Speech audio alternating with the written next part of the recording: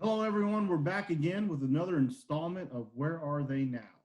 Today we have Wade Regas. Wade is a pitching coach at one of the powerhouse junior colleges here in Texas at Grayson County Community College.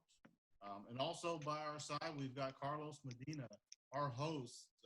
Again, Carlos, glad to have you back on board. Carlos has been in the radio industry since 2001 as a producer, host, and news reporter. You can catch him on Sports Radio 680 The Fan in Atlanta, Georgia. Wade, Carlos, good to see you guys, and we're ready to get this one going. Yeah, no, thanks for having me on. I'm excited. Well, Wade, I want to bring this up with you because as I was talking with Coach, he talked about your playing career and what it meant when you joined the program and your accomplishments. Take me through that scenario of when you're looking for somebody to play with, you're looking for somewhere to play with, and you end up at Texas Wesleyan and have all the success. Just take us through that process initially. Yeah, so it's actually a funny story. This is Coach Garza recruited me 3 times, and it was the third time that was eventually the charm for him. He recruited me out of high school. I went to junior college. He recruited me when I was leaving junior college the first time, and then he called me for a third time, and I was just like, there's some reason that it keeps coming up. It keeps coming up. My intuition was, really telling me that this is the place where I needed to be. So once that third time he called me, I knew that I was like, that's where I want to go. That's where I need to be. There was just something, my gut was just telling me that was the place that I needed to be at, and ended up being a really good decision. Well, you look at your playing career and obviously 49 appearances. It wasn't for a lack of usage. Obviously, Coach had a lot of respect for your game, obviously, to call you that much and then to use you that much. Do you remember that portion of your playing career where just by the numbers, it's, man, I'm throwing a whole lot here and having a lot of success? Yeah, I actually, I was a two-way guy growing up, so I played the field and I pitched, and I actually did that in junior college too. So for me, I wanted to play every day. Like I wanted to pitch every single day. I trained in a way that would allow me to do that every single day. I wanted to throw and I wanted to play as much as I possibly could. I always had like the mentality, play you anywhere, anytime, any place. So for me, I was upset when I didn't get to go into a game. I wanted to pitch every single game. I wanted to go in every single game. I was ready to go in every single game. So for me, I just wanted to be able to go in and play baseball as much as I possibly could. So that was, they'll say they use me a lot, and I'll say they didn't use me enough. So, for me, that's just kind of my mindset really. Well, as a pitching coach, first at Odessa, now over at Grayson College, what have you taken from your playing career and basically said, I'm going to take this and move it right over here, that this is something I learned? Maybe it's just about being ready all the time. As you said, I trained to be ready all the time. What is it that you took from your college career and now you're using it in your career as a coach? You know what? There's been a lot of things. I tried to always kind of process information and take everything in throughout my whole career and be like, I would do that differently when I got the chance. I like this. I'm going to use this when I get older. So there's been a lot of things. Communication has probably been the biggest one. I like to have an open conversation with all my guys, each of my pitchers. Just, each guy's different. I felt like I was different than a lot of guys. I could throw every day. So I try to have an open conversation with each of my guys to understand them better, to understand how I can use them the best, to understand how we can get the most out of them. So, understanding that everyone is different and being able to kind of communicate with them and have that open conversation with them all the time. Like, I know what his mindset is. I know what his mindset is. I know how this guy likes to communicate.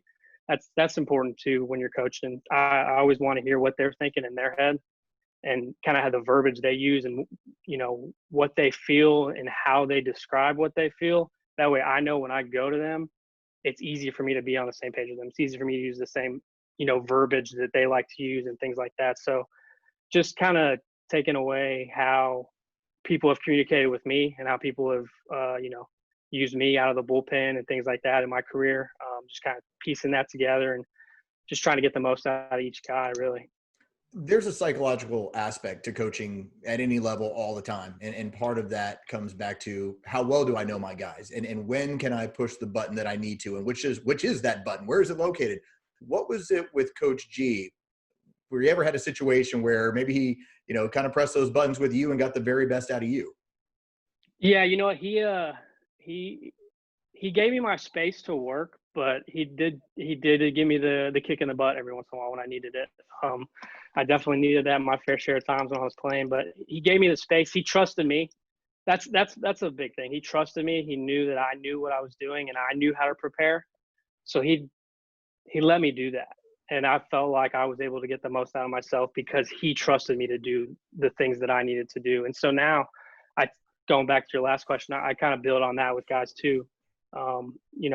When they've shown that they've earned and that I trust them and they can do what they need to do, I don't really need to stay on guys all that much. I kind of give them the freedom to be who they are and do what they do. And I feel like you end up getting a lot more out of guys that way too. When you've built the trust with each other. I think that me and Coach Garza had, we trusted each other. We both trusted that we were trying to accomplish the same thing, and we were both going to do whatever we could to make that happen. So the trust was big for us, and not that he didn't get on me when I needed it, but the trust meant a lot to me, and it was a big deal, and that was probably one of the biggest reasons I had success.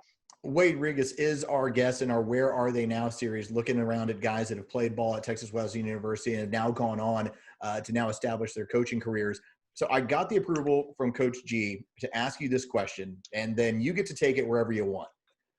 What was that worst Coach G moment where you and the guys, when y'all get together and y'all make jokes, you have an adult beverage and you say, hey, remember when Coach did this? What was that moment for you that still makes you and your ex-teammates just laugh? Man, it's hard for me to – we had such a good relationship that it's really hard for me to pick something out like that as far as a worst moment. I'm sure that he's got way more about me than I do about him. I was a handful. I probably owe him an apology right now when we're on this thing. Now that I've been coaching for a while, I probably owe all my coaches an apology at this point. It's really hard for me. It's really hard for me to think of something. I think so fondly of him. I guess competing against him now is something I don't love to do just because I care about him. But better get off the tracks when the train's coming. Okay, so I'll tell you what. I've got a story for Wade. We'll take vans, when we're traveling 3 hours or so. That was the thing that came to my head too. Wade's on my bus or on my van, and you could tell Wade's just a gamer. He's a baseball player, baseball yard rat. Actually had two guys that are similar personalities on our van. And, you're driving, it's late, you just got done with a doubleheader, you're coming home, you just had your 100th installment of Brahms Burgers. And then all of a sudden you hear Wade pick his head up and say, Coach, we got to pull over here to use the restroom. Or you'll hear Wade pick his head up out and says, hey, Coach, give me your team, but they've got to be under 25. They got to be left-handed. Give me your lineup, your best ever, and it's just like, Wade, come on, man. It never stops with Wade, and I know he's going to be successful in everything that he does. And I told him this numerous times. I said, Wade, you're going to make it. Just stick with it.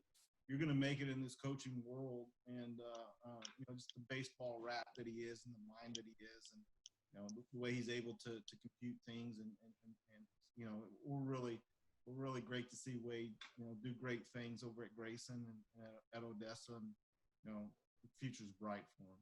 I appreciate that. That was the first thing that came to my head. Is I drank a lot of water, especially on game day. Hydration was important to me.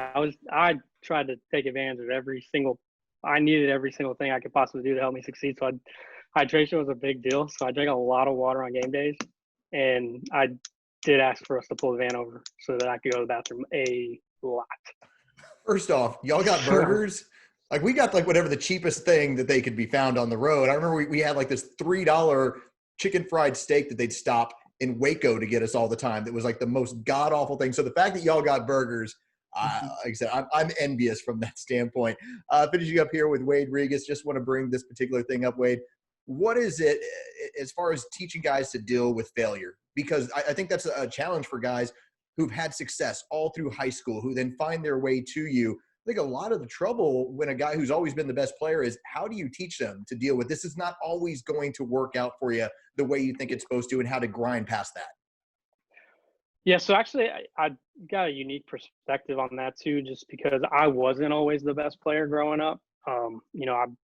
Coach Carlos will tell you right now, there are probably 20 dudes that are more talented than me on our team each year. I wasn't, I had showed flashes of things that I can do, and there was, something in there. Everyone always said there's something in there, and it took me a while to actually kind of bring it out and get it out and understand, mentally, physically what I needed to do to be able to get the most out of me. So I say luckily now. I didn't feel this way at the time, but luckily I wasn't necessarily always that good growing up. So I've been able to endure kind of a lot of the failures of, not being the best player on the team, having to do everything I possibly could to get the most out of me. So I've actually been able to draw on those experiences a lot. And, dealing with failure is really, for us, and you hear it all the time, it's about the process, really. We establish our end goal. What is the goal that we're trying to achieve? And then from there, it's basically breaking down what are the day-to-day things that need to add up to give us the best chance for this to happen. Because just because you're working for something doesn't mean it's going to happen. Everyone knows that. But you want to give yourself the best chance to have the chance to achieve that goal. So basically, really it's about understanding the process, identifying it, and then breaking it down to understand what do I need to do on a day-to-day basis to put myself in the chance to achieve that goal. So really, we talk about the end goal, but the reason we touch on it is so that we can kind of backtrack it from there and understand what are the things that we need to do. And if we just stick to, once we've established that, if we can stick to those things, then we're putting ourselves in the best chance to achieve whatever the end goal is. So, it's really about establishing, for us, it's about establishing the day-to-day stuff that we need to do, and then just come out and get it done every day and try and put good days together. So you don't get too caught up in the highs and lows, or, saying, your end goal should be big. So it's a daunting task, and it can kind of be overwhelming sometimes when you think about, what you're trying to accomplish over the long term. So if you can break it down and stick to your daily process, then that's to me, that's the best way to deal with failure. Because, whether you had a good day yesterday or a bad day yesterday, as far as whatever you're doing, today doesn't care. It doesn't matter. You know what you have to do. You know what you're trying to do. You just got to go out and do it at that point. Well, Wade, appreciate it. I know Coach Garza talked about you being a pretty heady ball player, and obviously you're a pretty heady guy as a coach as well. So best of luck for you. And Coach, anything you want to finish up telling Wade? Now that the train tracks are going to be headed your direction. Wade, send us some players. I'm trying, man. I'm trying. Thank you for this, Wade. It's good seeing you. And again, man, it's no surprise that you're having a lot of success. So we're proud of you, and on behalf of everybody at Texas Wesleyan Baseball, we're proud of you and we love you. I appreciate it, Coach. I'd do anything for you, and I love you too, man.